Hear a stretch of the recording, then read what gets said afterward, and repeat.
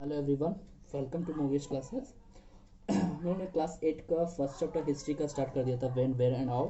जिसमें से हम लोगों ने बहुत सारे टॉपिक को कवर किया। जैसे पहला टॉपिक था हाउ इंपॉर्टेंट आर डेट्स। आप लोगों को मालूम है कि डेट्स इंपॉर्टेंट क्यों होता है। मैंने इसके सारे टॉपिक सारे पॉइंट्स आपको बता दिए। कौन सी डेट की बात कही गई थी मैंने ये भी आपको बताया था, कौन सी डेट की बात। जो तो वो एक्ट मतलब वो ऐसा डेट जो सबसे ज़्यादा फोकस किया हुआ है पर्टिकुलर डेट पे, चाहे जिस पार्टिकुलर डेट और पार्टिकुलर इवेंट्स पे, वैसे डेट की बात को यहाँ पे हिस्ट्री में रिकॉर्ड की गया है।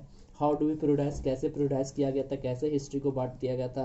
मैंने हिंदू मुस्लिम और ब्रिटिश के टाइम पे मॉडर्न हिस्ट्री को कैसे कैसे लोग एनिशिएंट हिस्ट्री, मिडिवल हिस्ट्री और मॉडर्न हिस्ट्री में बांटा। फिर बाद में बहुत सारे हिस्टोरियन ने पहले हिंदू मुस्लिम और ब्रिटिश टाइम पीरियड में बांटा। फिर कुछ ऐसे हिस्टोरियंस आए, फिर उन्होंने उसको कन्वर्ट करके एनिशिएंट हिस्ट्री, मिडिवल हिस्ट्री और मॉडर्न हिस्ट्री में इसको कन्वर्ट किया। तो ये मतलब उसके बाद फिर हम लोग ने क्या जाना, फिर क्या किया, फिर ब्रिटिश क्लासिफाई किया इंडियन हिस्ट्री को। तो उसमें भी कैसे एंशियंट वो भी क्या किया, उसमें जेम्स मिल एक हिस्टोरियंस थे, पॉलिटिकल फिलोसफर थे। साथ उन्होंने अपने बुक में क्या हिस्ट्री को कैसे डिवाइड किया, हिंदू मुस्लिम और ब्रिटिश के वे। फिर एक और क्लासिफिकेशन हुआ इंडियन हिस्ट्री का। तो वो कैसे क्लासिफिकेशन हुआ था, तो वो क्लासिफिकेशन हुआ था क्या, एनिशियंट में, मेडिवल में और मॉडर्न पीरियड में। ठीक है, उसके बाद फिर हम लोग ने जाना कॉलोनियन, व्हाट इज कॉलोनियन, कॉलोनियन क्या है उसके बारे में जाना। ठीक है, तो कॉलोनियन के बारे में पढ़ा। ठीक, यहाँ तक कंप्लीट किया। फिर उसके बाद कॉलोनियन तक आज जो हमारा टॉपिक है, यहाँ तक हम लोग ने कवर अप कर लिया था पूरा हिस्ट्री का। लगभग 1 से 2 टॉपिक है जो मैं आज आपके साथ एक टॉपिक कवर अप करूंगा। सिर्फ एक टॉपिक, 1 से 2 टॉपिक आज मैं कवर अप करूंगा। और लास्ट परसों आपका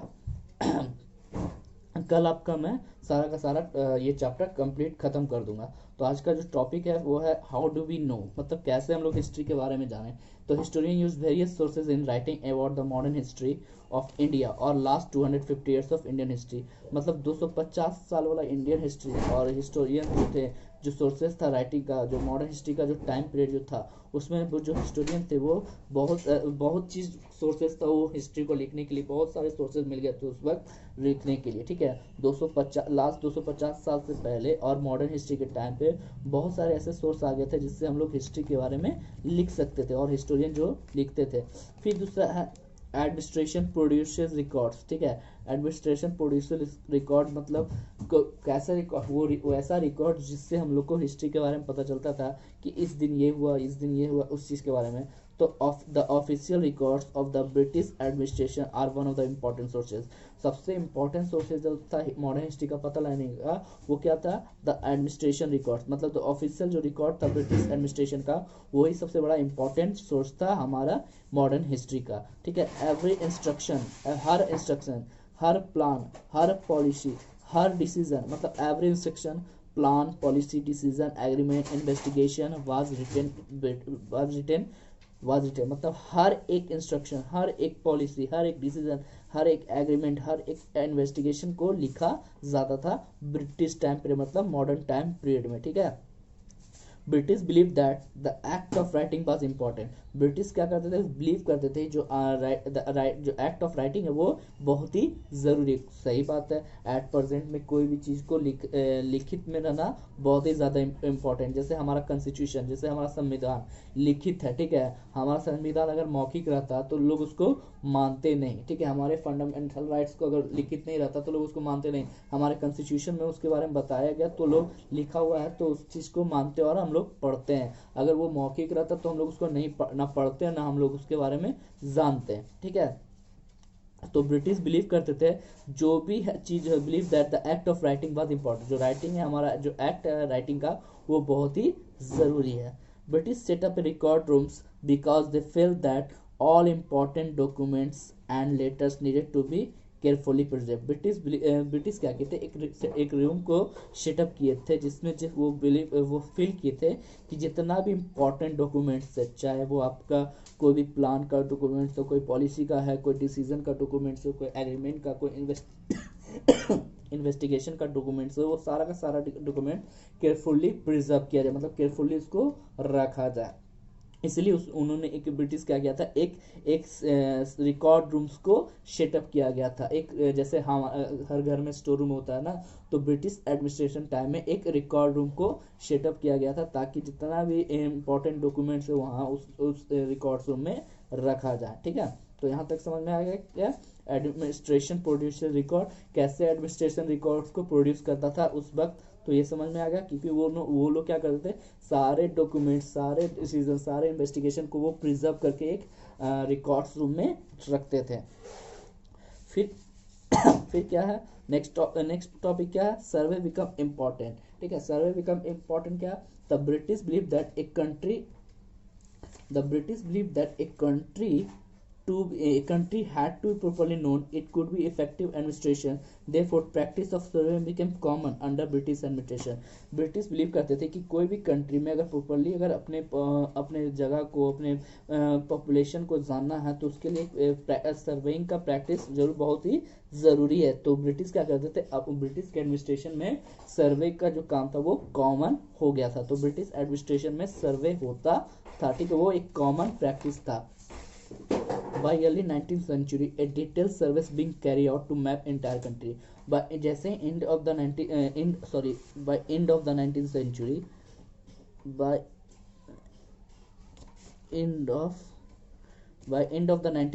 a detailed survey being carried out to map entire country। मतलब एक डिटेल सर्वे किया गया था बाय द जैसे ही 19th सेंचुरी की खत्म हो रहा था तो उस वक्त एक डिटेल सेंचुरी किया गया था ताकि वो एक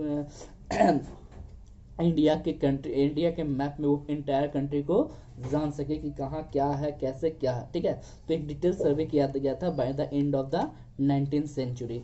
इन विलेज रेवेन्यू सर्वे कंडक्टेड, और विलेज में रेवेन्यू सर्विस भी किया जाता था। रेवेन्यू सर्वे इसलिए किया जाता था ताकि वहाँ इस पर पता चले कि वहाँ का प्रोडक्शन कैसा हो रहा है, वहाँ की फार्मिंग कैसी हो रही है, लोग वहाँ के कितना इकोनॉमिकली स्ट्रांग है या इकोनॉमिकली वीकर है, जिसके कारण से ब्रिटिश क्या करवाता था, रेवेन्यू सर्वे भी करवाता था। From the 19th century census operation held every 10 years. फिर 19th सेंचुरी से सेंसस होने लगा हर 10 साल पे। ठीक है, operation held every 10 years which provided detail records number of people in all the province, जिसके कारण से एक डिटेल प्रोवाइड पता चल जाता था कि हर प्रोविंसेस में कितने लोग हैं। ठीक है, देखो हर तरह का काम करने लगे थे ब्रिटिश एडमिनिस्ट्रेशन।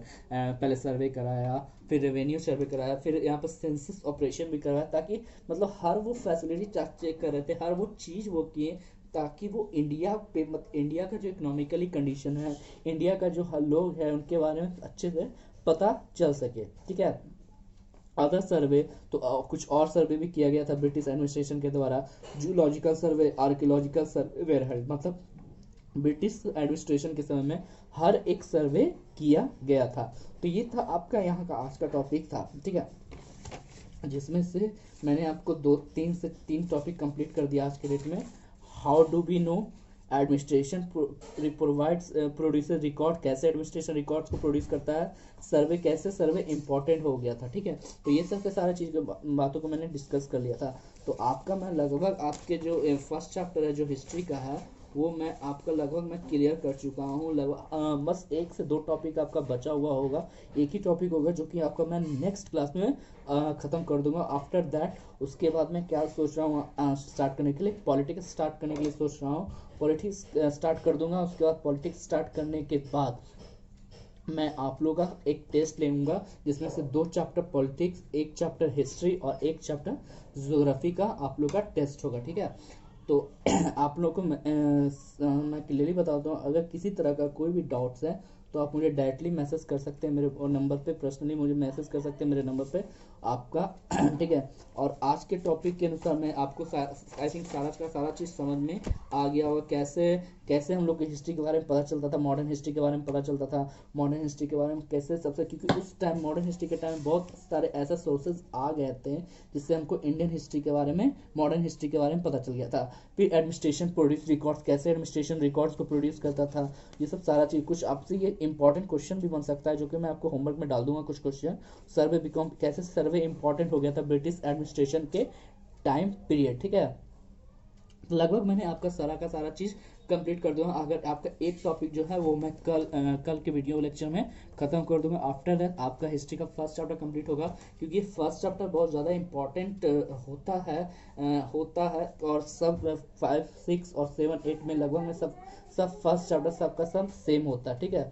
तो सारा का सारा फर्स्ट चैप्टर सब 5 क्लास का, 6 क्लास का, 7 क्लास का, 8 क्लास का सारा सेम होता था, लेकिन 8 में था तो ये सबसे ज़्यादा इंपॉर्टेंट था, क्योंकि आप लोग मॉडर्न हिस्ट्री में एंट्री कर रहे थे। मॉडर्न हिस्ट्री में एंट्री करने के लिए आपको सारा चीज़ के, क्योंकि मॉडर्न हिस्ट्री में 5 और 6 में आपने पढ़ा था एनिशियंट हिस्ट्री, 7 में आपने मॉडर्न हिस्ट्री पढ़ लिया, मेडिवल हिस्ट्री पढ़ लिया, और 8 में अब आपका मॉडर्न हिस्ट्री स्टार्ट हो गया। तो ये सब चीज़ को जानकारी के लिए मैंने ये थोड़ा सा ये चैप्टर को थोड़ा लॉन्ग मिलेगा और पार्ट बाय पार्ट में बनाया था, ठीक है, ताकि आप लोगों को क्लियरली समझ में आए। आई थिंक आप लोग को यहाँ तक कंप्लीट हो चुका है, और कोई भी डाउट हो तो आप डायरेक्टली मैसेज करें। तब तक के लिए stay connected, keep learning, thank you.